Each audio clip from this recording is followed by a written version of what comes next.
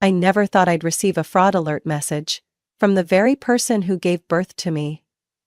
It all started on what seemed like a perfectly normal morning, until I saw my bank balance had dropped to exactly 4 zeros.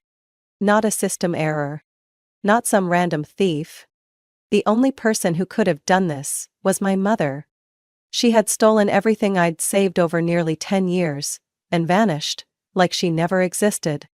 But what truly knocked the air out of my lungs was the letter she left on the kitchen table, handwritten in that all-too-familiar script. So neat, so fake it made my skin crawl. My name is Evelyn Scott, 31 years old, a financial analyst in Boston. Numbers have always been my safe world, logical, honest, and never betraying. Unlike people. That morning I was working at my little kitchen nook, coffee long since gone cold. My phone kept buzzing, but I barely glanced at it. "Unusual activity on your account," said a notification from the bank. I swiped past it, thinking I'd check later. A deadly mistake. Then I saw it. A payment invoice in my email from a 5-star hotel in Miami. A place I'd never even been. My heart slammed like someone had punched me in the chest. I immediately opened my banking app, my eyes locked onto the screen, refusing to believe what they were seeing. $0. Checking account, $0. Savings, $0. Emergency fund, also $0. Every last cent. $325,000. Saved. Over nearly a decade. Gone like vapor. I shot up from my chair, heart pounding, hands shaking as I frantically scrolled through recent transactions. First-class airfare. Luxury shopping. Michelin star restaurants. Spas. Hotel chains. Not mine. Couldn't be mine. And then I saw the first familiar name. Susan Scott. My mother. In that moment, part of me wanted to scream. Another part just wanted to collapse. We hadn't lived together since I was 19. The relationship was never great, but lately, I'd started to open up again. After her minor stroke, I lent her a key to my apartment. I even gave her my safe's PIN, thinking she might need some emergency cash. Stupid. I was so stupid. I called her 3 times. 4. Straight to voicemail every time. Taking a deep breath, I grabbed my coat and drove like a zombie. Her apartment was about 30 minutes away. I drove like I could still salvage something. An explanation. A sign I'd misunderstood. But no. The door was locked from the outside. I called out. No answer. The mailbox. Empty. And then I saw it. A folded envelope placed neatly on the kitchen table, like she wanted me to find it. I recognized the handwriting instantly. That slanted, old-fashioned script she always used for Christmas cards. Every letter rounded, ceremonial, like a prayer. But now, it just made me sick. My dearest Evelyn. By the time you read this, I'm probably halfway across the world. I'm sorry. I needed a new beginning. A second chance to live the way I've always wanted. I hope one day you'll understand. Love. Ma. I clenched the letters so hard the paper crumpled in my palm. Understand? She emptied my life savings. Disappeared. And left behind a flowery note like this was some cheap paperback novel? I screamed, a raw, throat-tearing scream. The cold apartment stayed silent, save for the quiet whirring of the ceiling fan. Mocking me. If it had been a stranger, I might have been able to forgive. But this was my mother. I was still shaking with rage and humiliation when my phone rang. Unknown number. Normally I'd let it go to voicemail. But at that point I was drained, with nothing left to lose. Hello? Is this Miss Evelyn Scott? A man's voice. Slow. Formal. Yes, this is she. Who's calling? My voice was still hoarse from the screaming. I'm Richard Keller, the private attorney of Mrs. Vivian Maddock, your grandmother. I'm very sorry to inform you that she passed away last week in Phoenix. We've been trying to reach you several times without success. I stood frozen in the kitchen. The room seemed to shrink around me. My grandmother passed away? I whispered, as if saying it out loud would make it hurt more. Vivian was the only light in my childhood, the only woman who ever dared to stand up to my mother, Susan. She was the one who helped me pay for my first year of college, when my mother told me to forget school and get a job. I couldn't even make out what Mr. Keller said next. Everything echoed like it was coming from far away. Will. Assets. Meeting at the office in Scottsdale. I hung up the phone, barely remembering how the call ended. I collapsed into a chair. She was gone.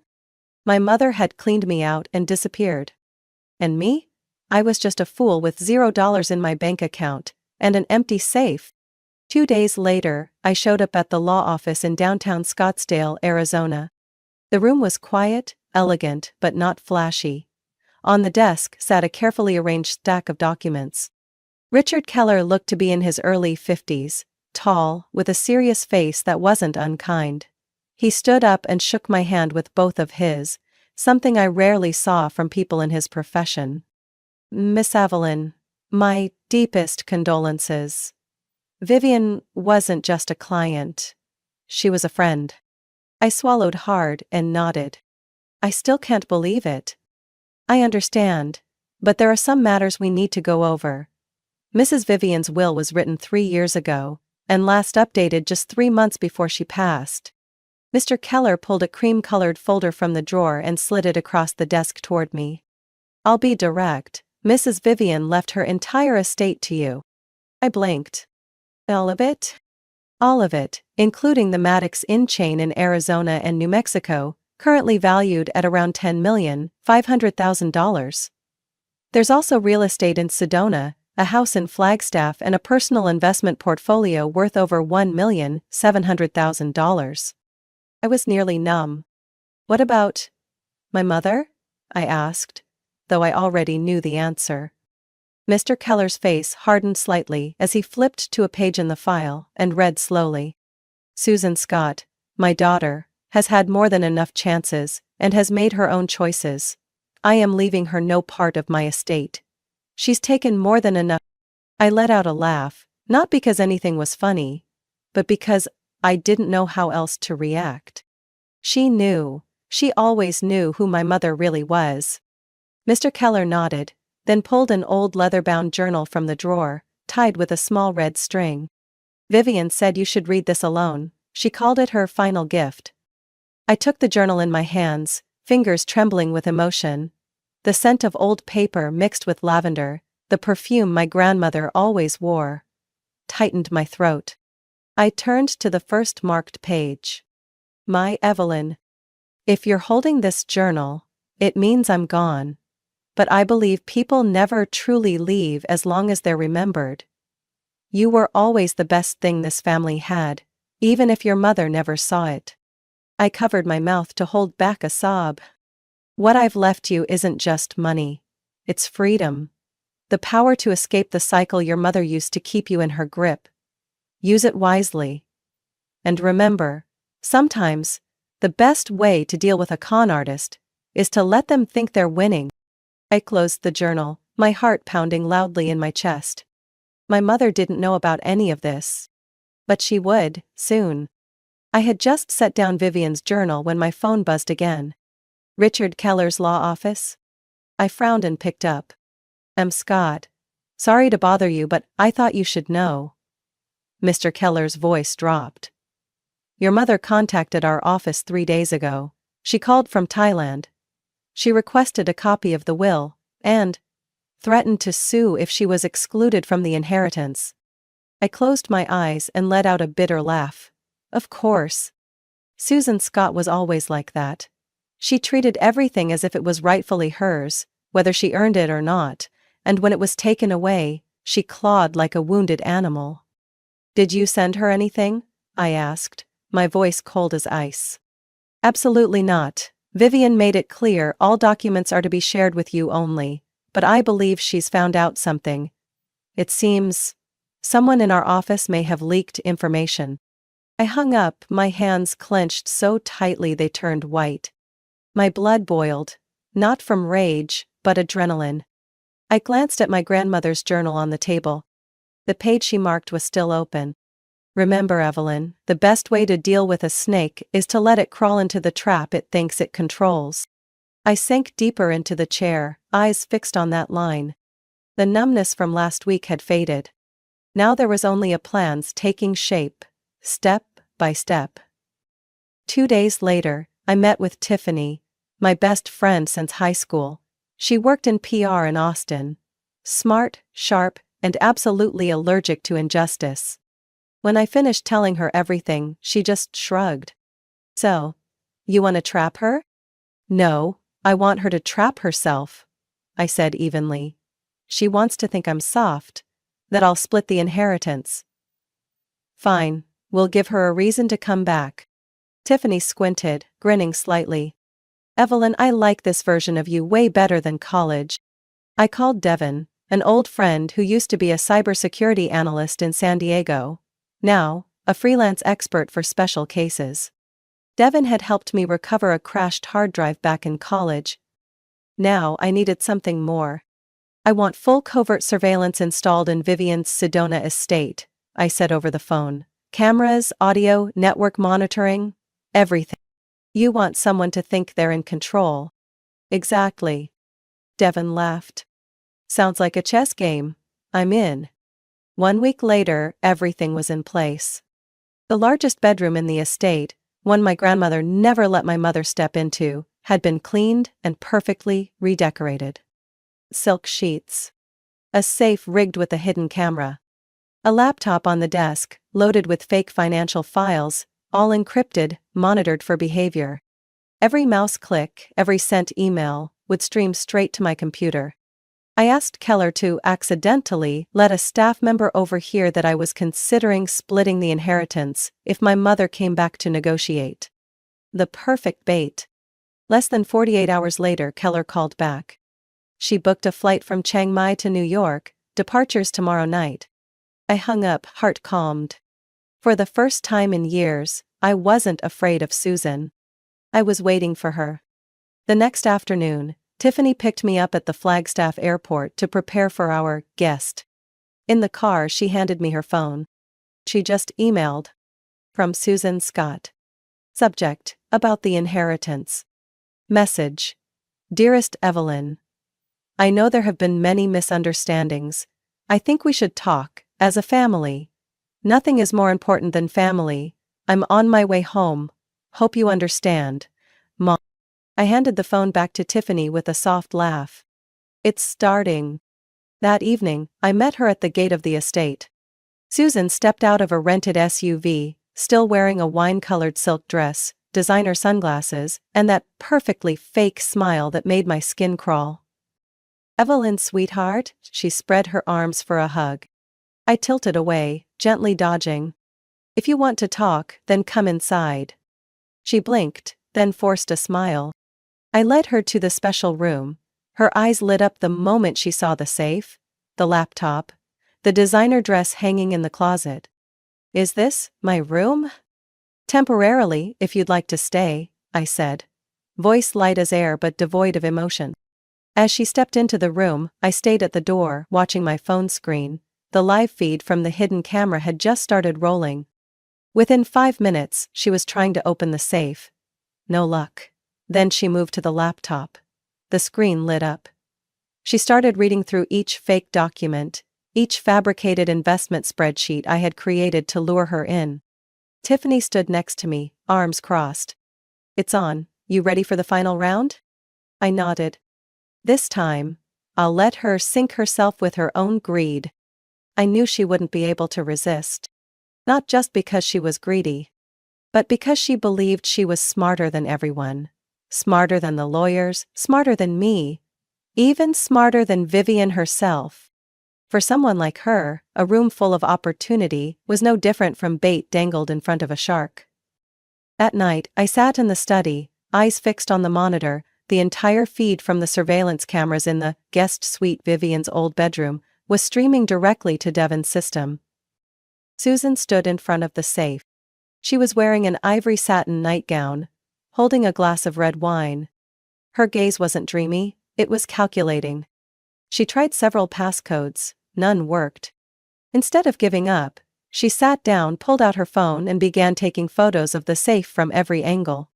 Tiffany peeked over my shoulder and whistled. Didn't take long. Patience was never her thing, huh? I didn't answer. I was watching her eyes, scanning the room like a seasoned thief. The closet, drawers, the framed pictures. 2 minutes later, Susan opened the laptop. Devin had preloaded it with treasures, forged financial reports, fabricated memos about secret investments, and lists of undisclosed real estate. All designed to be just tempting enough for someone like her.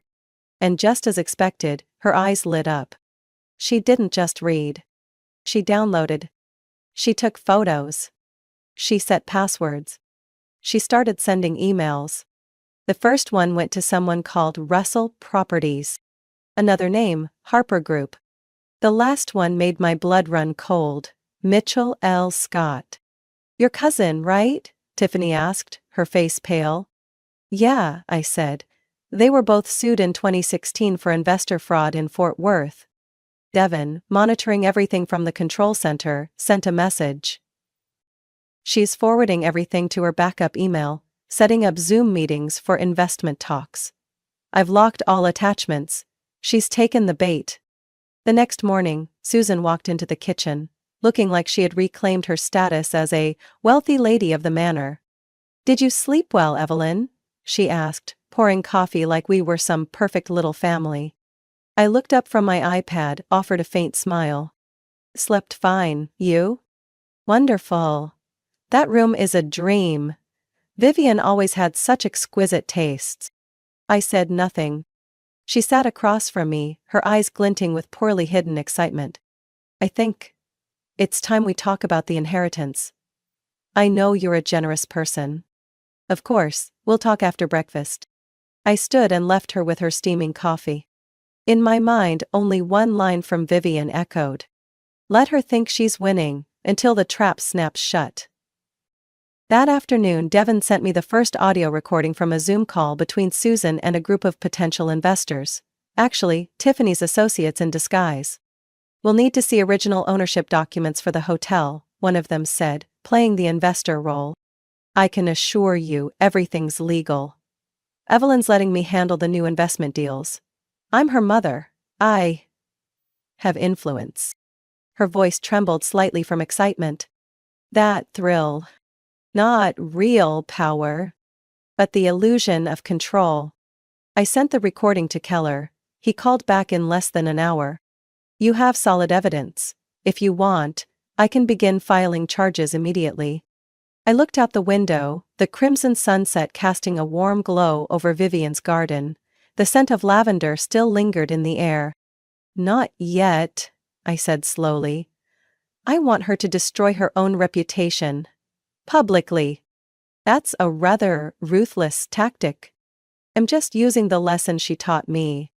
That night, Susan went back into the room, this time with a handheld scanner. She scanned every single document, every page. Tiffany and I watched her every move on the screen. What do you think she'll do next? Tiffany asked. Set up a real investor call and get exposed in front of them all. I sipped my tea, eyes glued to the camera footage of my mother, the same woman who once left me penniless, now thrilled by a fake scheme designed solely to take her down. And strangely, I didn't feel triumphant. I just felt calm. Because I would be the one to end it. The clink of glass echoed. Susan smiled, raising her wineglass in a toast to 3 men seated around the marble table, in the private dining room of Larkspur, an upscale restaurant in downtown Scottsdale. She wore a wine-red dress, full makeup, and the same pair of earrings I knew she had pawned for cash 2 years ago. Now she played the role of reborn businesswoman so well, she almost believed it herself. I sat 3 tables away at the bar, dressed in a plain business outfit, hair neatly tied up, eyes on the screen of my phone. Streaming live footage from the camera embedded in Tiffany's shirt button. She sat across from Susan, posing as a promising investment liaison, flanked by our 2 associates, one playing a venture fund director, the other a supposed international investor from Singapore.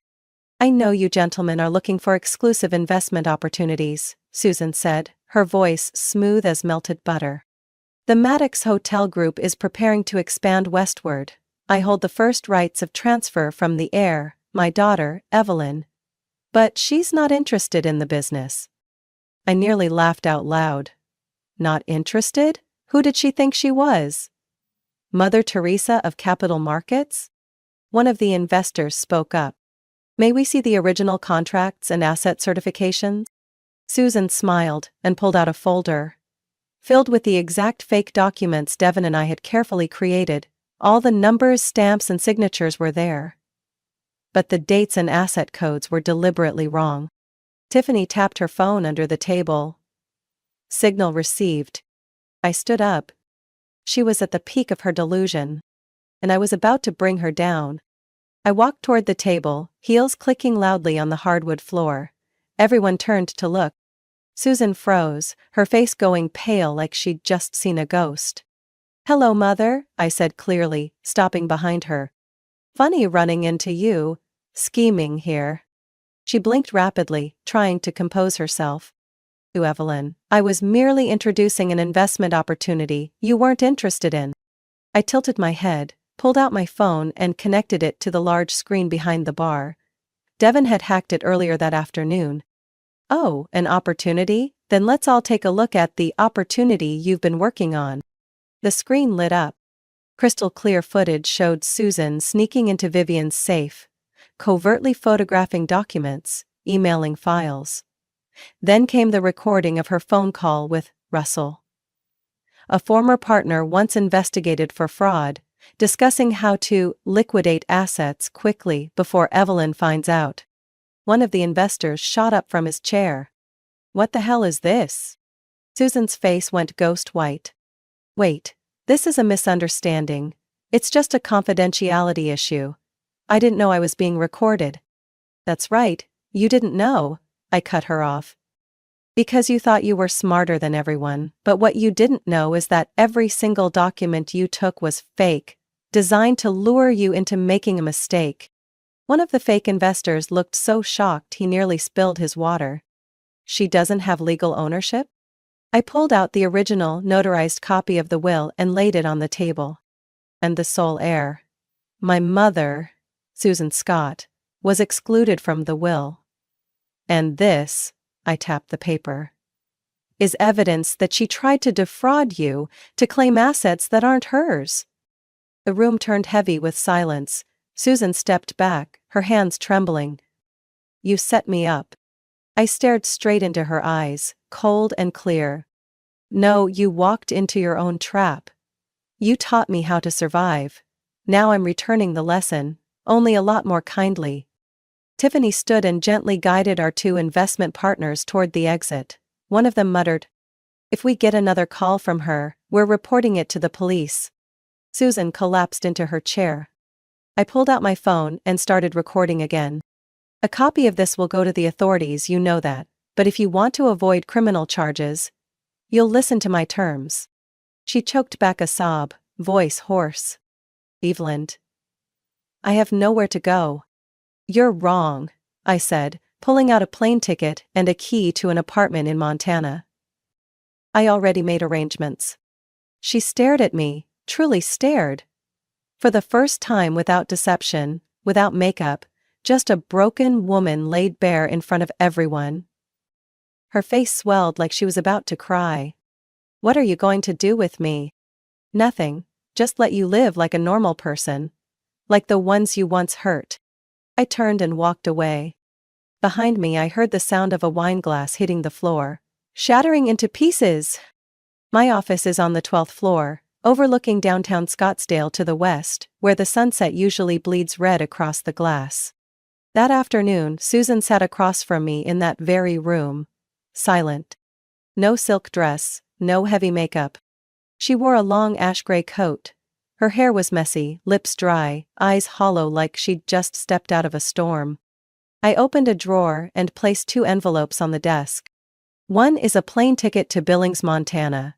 Inside, there's also a key to a prepaid apartment for 6 months, a part-time job at a small coffee shop, And a $15,000 balance to help you live decently. Susan frowned, suspicion flickering in her eyes.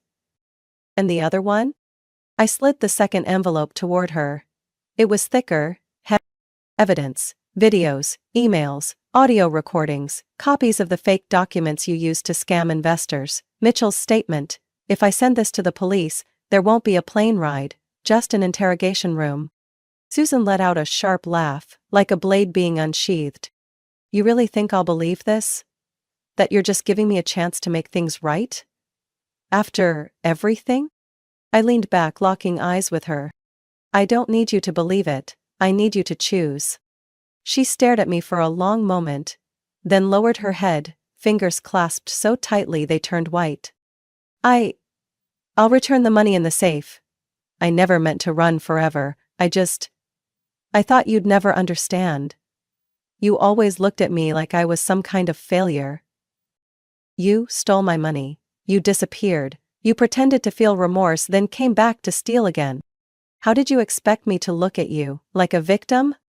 I opened a second file and pulled out a printout of the email Susan had sent to Russell. Evelyn is weak. She won't do anything. It's all in my hands now. I tossed the printout onto the table. Susan didn't laugh anymore. Her face twisted like it was being pulled by wires. You're getting revenge. No, I said. I'm ending it. Ending the cycle of lies, debt, and manipulation. I used to hope you'd change, but I don't anymore. I just want you gone from my life. She took a deep breath. A long silence followed, broken only by the ticking clock on the wall. Where the hell is Montana anyway? Far enough, I replied.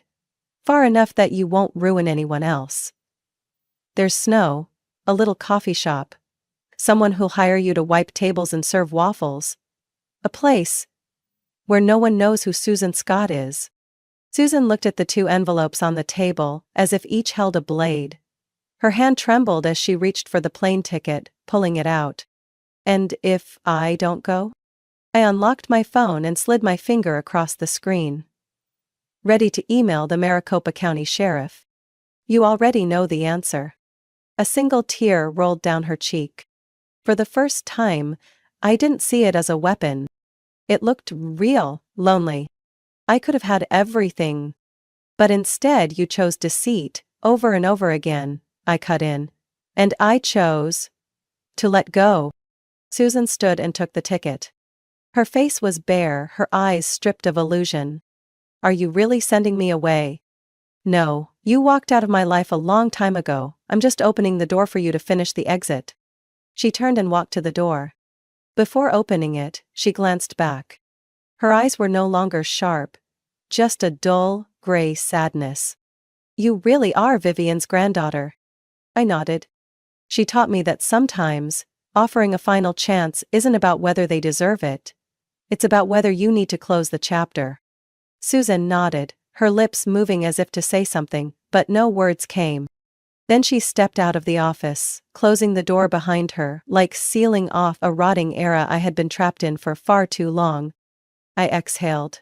For the first time in months. Deeply. Tiffany walked in a few minutes later, placing 2 glasses of wine on the table. She gone? Yeah. You okay? I picked up my glass, swirled it gently. Not sure, but at least now, I can start writing the next part of my story, without having to erase someone else's mistakes first. 3 months after Susan left, I stood in my office, staring at the freshly stamped file. The Maddox Fund, Restitution for Financial Fraud Victims. It wasn't a flashy name. Not a shiny PR campaign.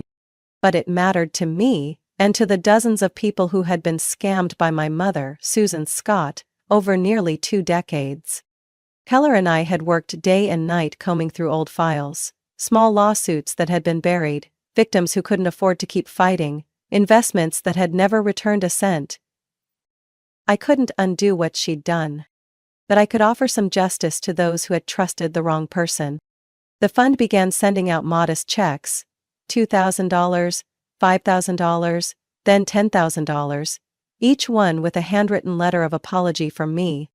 Not on her behalf. but on behalf of the children who had to carry the names of liars. Tiffany once told me, back when I was doubting if this effort would make any difference. You can't clean up everything she did, but you can stop it from spreading. I didn't respond. But I never forgot those words. I still kept quiet tabs on my mother. Not out of hate. Not hoping for redemption. Just to know. To know that Susan Scott had truly stopped. Through a friend of Keller's in Billings, I learned she had kept her word. No scandals. No shady loans. No high-risk ventures. She lived in the prepaid apartment, a modest older building but warm enough. Worked part-time as a server at a small cafe called Morning Rise. No one there knew she once wore Versace gowns to con Texas businessmen, or forged fake property deeds to pressure people into investing in hotels that never existed. She was just Sue, the gray-haired woman who brewed her coffee too strong and always wiped tables more thoroughly than necessary. One January morning, with a thin blanket of snow covering the rooftops of the small Montana town, I drove to Morning Rise. I didn't call ahead. I wasn't even sure why I came. I just knew. It was time. The doorbell chimed as I walked in. The space was warm, the air scented with waffles and cinnamon. She was behind the counter wearing a dark blue apron, hair tied back. She turned, reaching for a cloth to wipe the table, then froze. Our eyes met. I saw her stiffen slightly, her hand trembling. "Evelyn?" I gave a small nod. No hug, no tears, no forgiveness. Just a look, real and unfiltered. I sat at the counter. Black coffee, no sugar. She quietly poured the coffee, said nothing. I reached into my coat pocket and placed a small box on the counter. Mahogany wood, lined with deep blue velvet. She opened it. Inside was an old silver mirror with ornate carvings, the keepsake from Vivian that I'd held onto. She reached out to touch the edge, then pulled her hand back. As if the memory had burned. "I thought you kept this," she whispered. "Now it's your turn to have it," I said. "Not to look at your reflection, but to see yourself." She looked up, her lips parted as if to speak, but I held up my hand. I didn't come for explanations, and not to forgive, either. But I figured, if I could start over from the wreckage you left behind, then maybe you deserve a chance too. Her face changed. No defenses. No performance. Just a tired woman, worn down by years of heavy masks.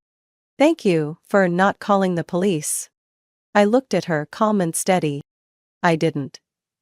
Because I didn't want to become your reflection." She gripped the mirror tightly, eyes glistening. But no tears fell. "Will you ever come back?"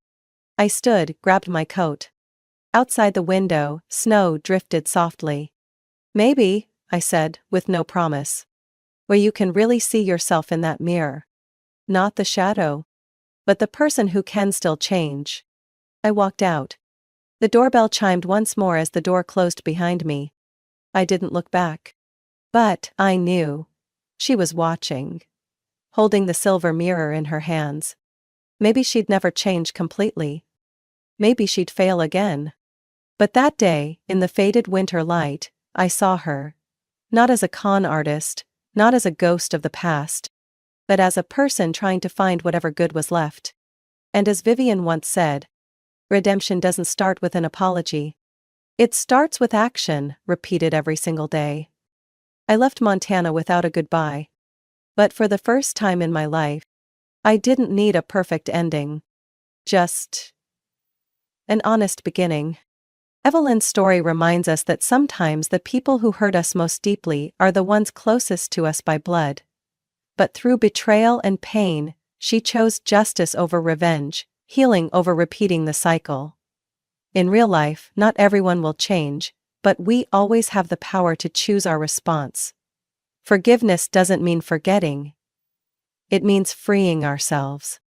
And sometimes the strongest thing we can do is let go at the right time. What do you think about Evelyn's journey and her final choice? Do you believe Susan can truly change? Share your thoughts below, and don't forget to follow the channel for more powerful, real-life stories and lessons about family.